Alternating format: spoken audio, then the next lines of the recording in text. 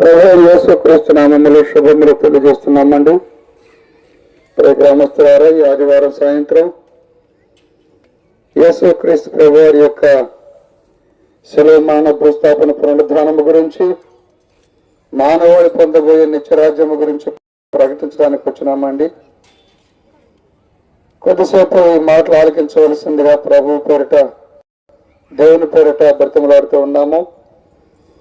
గ్రామస్తులారా, వినుడు సోదరులారా, మన ప్రభు యేసు ఇలకు ఏతించనని మేము పాట పాడుకుంటూ వచ్చినాం. ఇలకు ఏతించననగా భూమికి వచ్చాడు అని. ఎవరంటే ప్రభు అని యేసుక్రీస్తు.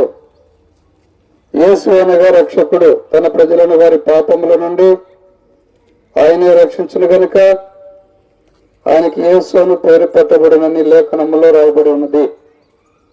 యేసు అనగా పాపి అయిన మానవాళిని రక్షించువాడు. పాపులను రక్షించుటకు క్రీస్తు యేసు ఈ లోకమునకు వచ్చిన వాక్యము నమ్మదగినది, పూర్ణ అంగీకారమునకు యోగ్యమునైనది. కాబట్టి యేసు అనగా పాపులను రక్షించువాడు.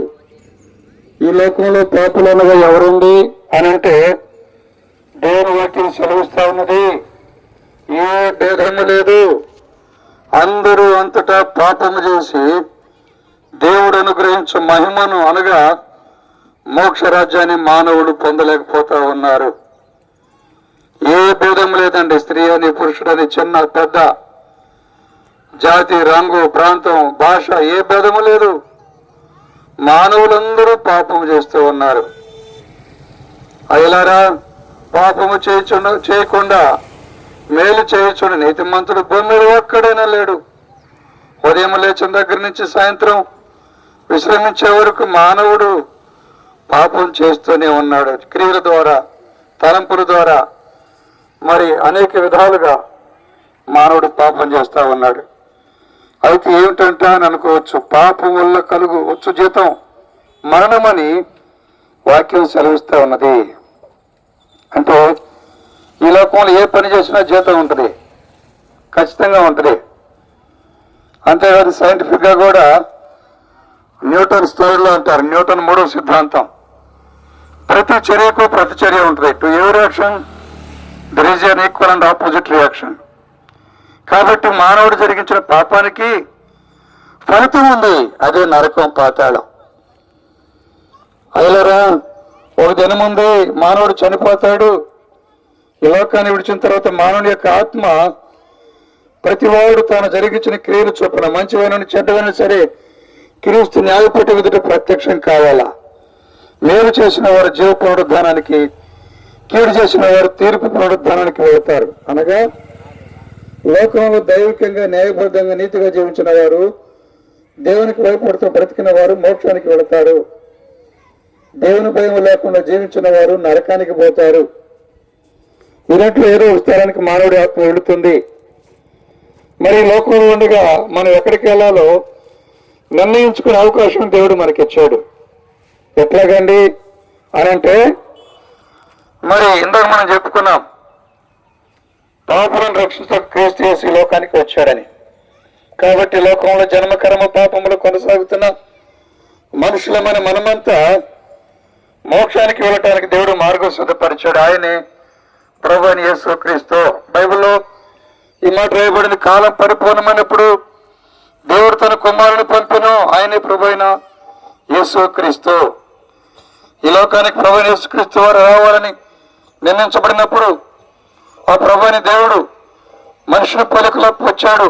అనగా కన్యక గర్భం ద్వారా పాపం లేనివాడుగా జన్మించి పాపం లేనివాడుగా జీవించాడు. ఆ దేవత దేవుడు యేసుక్రీస్తు ప్రభు వారు సర్వమానవుని పాప పరిహారం కొరకై తాను శిలువ మ్రాణి మీద వేలాడదీయబడి, ఆయన రక్తాన్ని కార్చి చనిపోయి సమాధి చేయబడి 3 రోజులు తిరిగి లేచాడు. వీళ్ళరా, ఆ తిరిగి లేచిన యేసు ప్రభు అనేకులు చూస్తుంటుండగా పరలోకానికి వెళ్ళాడు. అయితే ఇప్పుడు మనం ఏం చేయాలనంటే, ఆ యేసు ప్రభు వారు కార్చిన రక్తంలో మన పాపాలు కడుక్కోవాలా, మన పాపాలు యేసునామమున ఒప్పుకోవాలా. అప్పుడు మన పాపాలు పరిహరించాడు, ప్రాయశ్చిత్తం చేయబడి చనిపోయిన తర్వాత నరకములకు తప్పించబడి మోక్షానికి వెళతాం.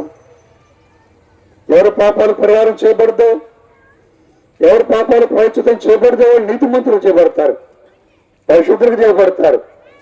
అటు వారి పరిశుద్ధులైన దేవుడు ఉండే మోక్షానికి, స్వర్గానికి వెళ్ళటానికి యోగ్యులు అయ్యలారా.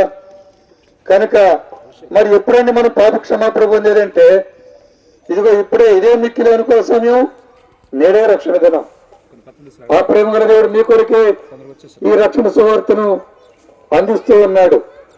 నేనంతా ఘోర పాపమైన ప్రేమ గల దేవుడు నేను క్షమించడానికి శబ్ద మనసు కలిగి ఉన్నాడు. 200 పిల్లల కొరకు జన్మలను చేతులు చేపతులను ప్రభు పిలుస్తూ ఉన్నాడు. ప్రయాసపడి పాలుగారం చిన్న సమస్తమైన వాళ్ళ నా ఎదుకు రండి, నేను మీకు విశ్రాంతిని కలుగజేతున్నాను, నేను సాత్వికుడును దేని మనసు కలవడనని అయ్యేసు ప్రభు నేను పిలుస్తూ ఉన్నాడు. ప్రియ సహోదరి, అమ్మ, అయ్యా, ఈ లోకం రటన గతించిపోయింది, ఒక దినాన్ని ఈ లోకాన్ని విడుస్తాం. ఈ లోకాన్ని విడిస్తే తర్వాత గతి ఏంటి అయ్యలారా?